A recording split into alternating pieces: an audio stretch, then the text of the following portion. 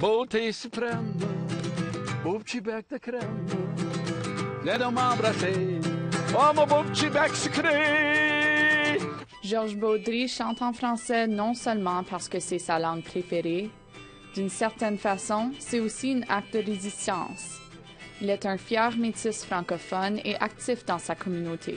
C'est la façon que moi j'ai été élevé, dans le bois, avec la chasse, la pêche, les amis, la musique, tu sais, comme ils disent en anglais, work hard, play hard. C'était ça essentiellement notre credo, quoi. Baudry est membre de l'Union nationale métisse de Saint-Joseph du Manitoba depuis des décennies. L'Union nationale rassemble les métis francophones de la Rivière-Rouge au Manitoba pour des activités culturelles telles que des camps intergénérationnels et des ateliers de parlage. Ma ceinture fléchée, oh mon Dieu, c'est mon trésor, ça. La présidente de l'Union, Paulette Duguay, dit que c'est important de préserver la langue que les Métis parlaient historiquement. Sa mission a toujours été d'affirmer, de protéger, de promouvoir, premièrement, la culture métisse, les droits des Métis et aussi la langue française, parce que c'est la langue de nos anciens, ça puis le métif. Mais au cours du 20e siècle, plusieurs Métis ont perdu leur français.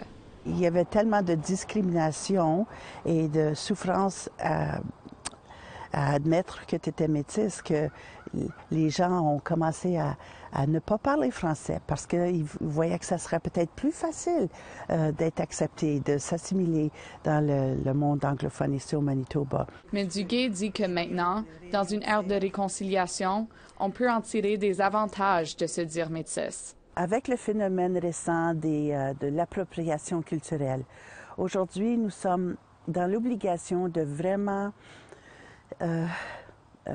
étudier notre Constitution et apporter des changements parce qu'elle ne reflète pas l'actualité. La vérification d'identité autochtone ne fait pas partie du processus d'enregistrement comme membre à l'Union nationale, qui existe depuis 1887. Dans les décennies passées, ce n'était pas nécessaire. C'était communautaire, on se connaissait. Ah ben oui, mais il n'y avait pas... Il n'y avait pas cette frontière-là ou cette barrière-là d'avoir à montrer preuve. Les familles se connaissaient.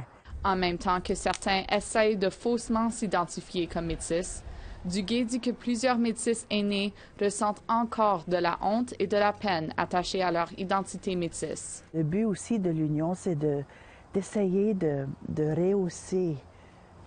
C'est de dire à ces gens-là, surtout les gens d'un certain âge, que c'est correct. Aujourd'hui, c'est correct.